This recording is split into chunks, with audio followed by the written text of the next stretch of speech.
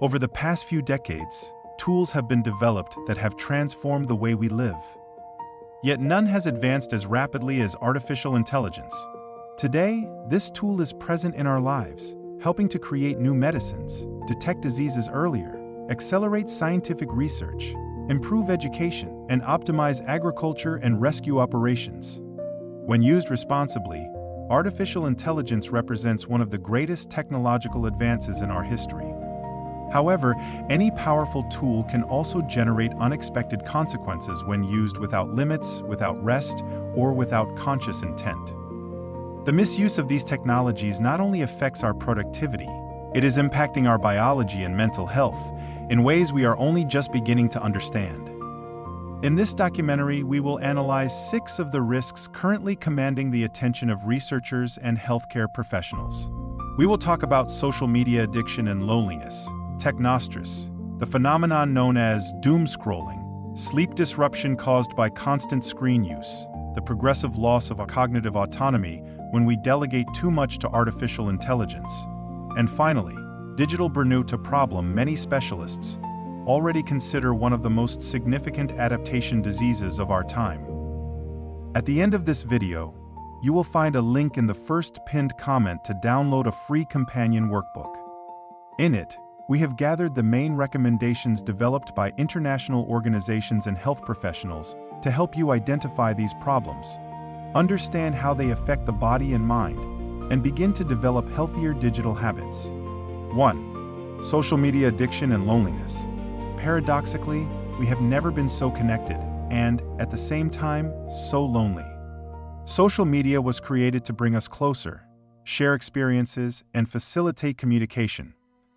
However, several studies show that excessive use can produce exactly the opposite effect, gradually substituting deep human relationships with fast, superficial interactions that are highly dependent on digital validation. Research published in Frontiers in Psychology has found that loneliness, the fear of being left out of others' experiences known as FOMO, fear of missing out, and problematic social media use form a self-reinforcing cycle. The greater the sense of isolation, the greater the need to seek company on digital platforms. But that interaction rarely satisfies the human need for belonging, so the feeling of emptiness often returns with greater intensity. This dynamic has especially worrying consequences among adolescents and young adults. The U.S. Centers for Disease Control and Prevention reported that in 2021, approximately 1 in 5 high school students reported having seriously considered suicide. Although suicide can never be attributed to a single cause, specialists warn that factors such as social isolation, anxiety, depression, and problematic social media use can significantly increase risk when combined with other personal and mental health issues. Researchers also describe another frequent phenomenon: constant social comparison. Platforms often show the best moments of other people's lives, creating an illusion of permanent success. Those watching these posts may begin to believe that everyone else is happier, more successful, or has a better life. Little by little, feelings of inferiority, frustration, low self-esteem, and even hopelessness appear.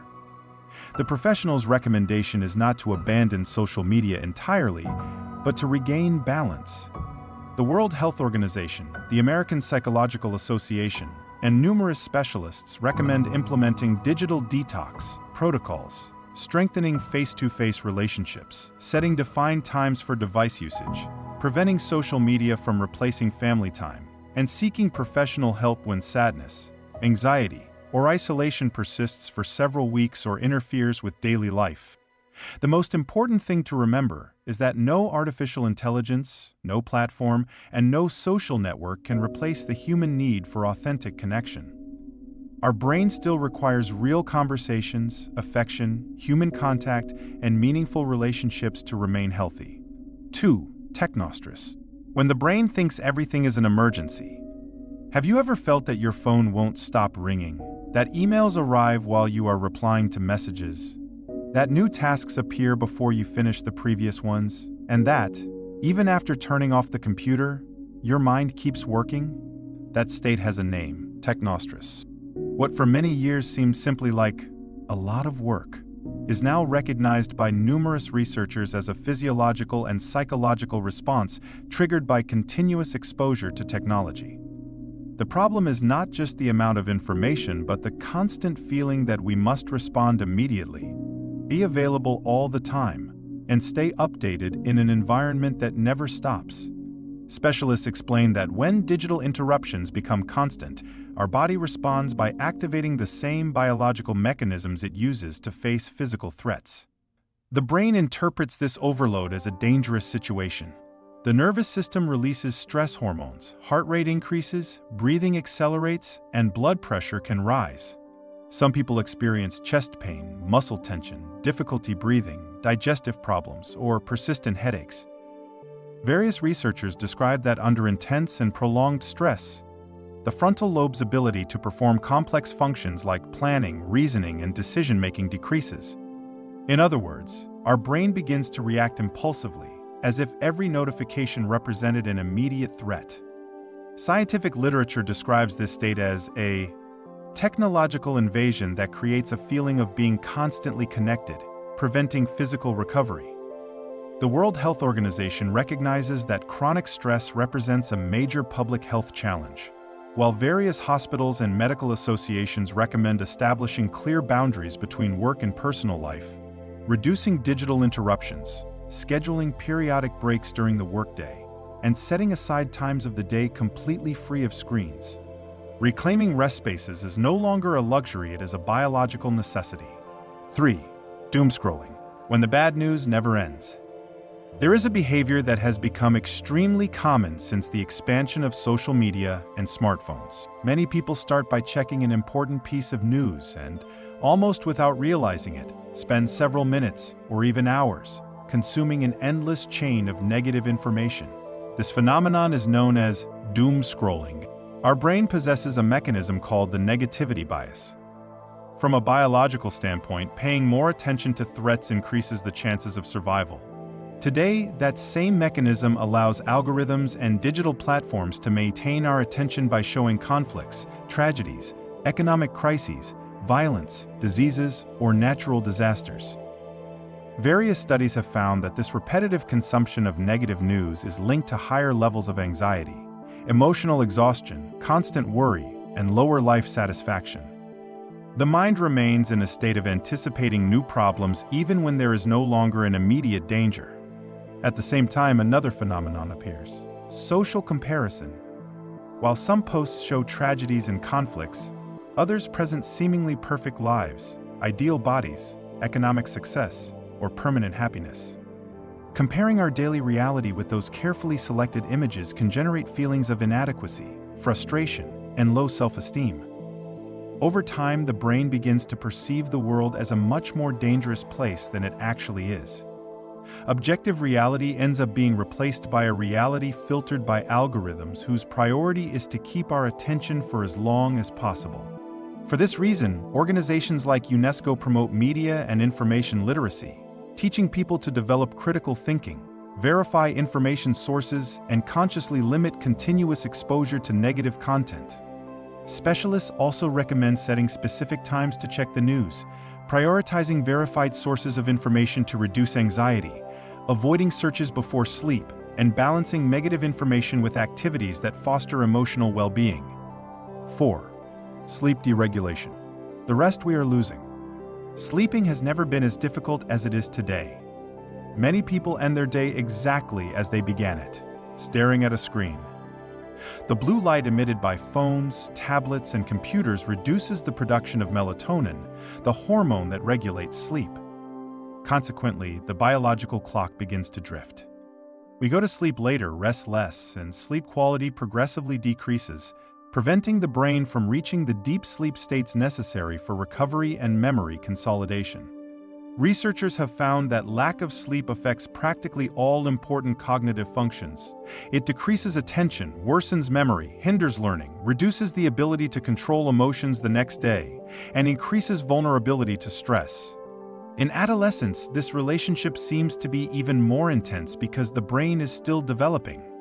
Specialists recommend establishing a consistent sleep routine, reducing screen use at least an hour before going to bed, keeping the bedroom dark and quiet, limiting caffeine intake during the afternoon, and aiming for regular sleep schedules.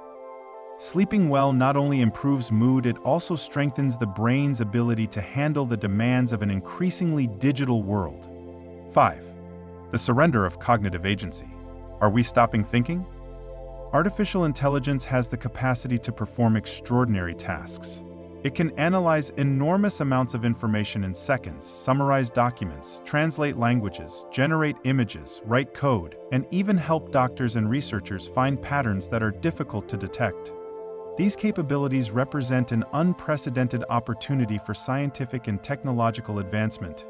But here, a question arises that is beginning to worry numerous researchers. What happens when we stop thinking because artificial intelligence thinks for us? In psychology and cognitive science, there is a phenomenon known as automation bias. It consists of the natural tendency of people to rely on decisions made by an automated system, even when there are signs that it might be wrong. In other words, the more competent a tool seems, the higher the probability that we will stop questioning it.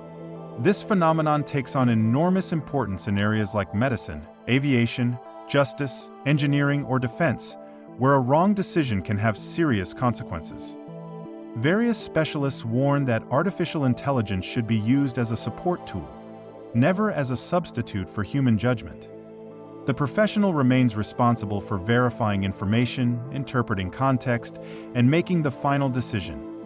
However, this concern is not limited only to high-risk professions. It also reaches our daily lives. We delegate more and more tasks to technology. Remembering phone numbers, navigating via GPS, doing math, writing texts, organizing our agenda, or even deciding what to watch, what to read, or what to buy. Our brain functions similarly to a muscle. The capabilities we exercise are strengthened, those we stop using can weaken and begin to atrophy. Neuroscience research has shown that certain cognitive skills change depending on how we use them. For example, some studies observed differences in brain regions related to spatial orientation between people who constantly navigated using mental maps and those who relied almost exclusively on navigation systems. Artificial intelligence can enormously increase our capabilities, but it should not replace our ability to reason, question, and make conscious decisions. Technology must enhance human intelligence, not replace it.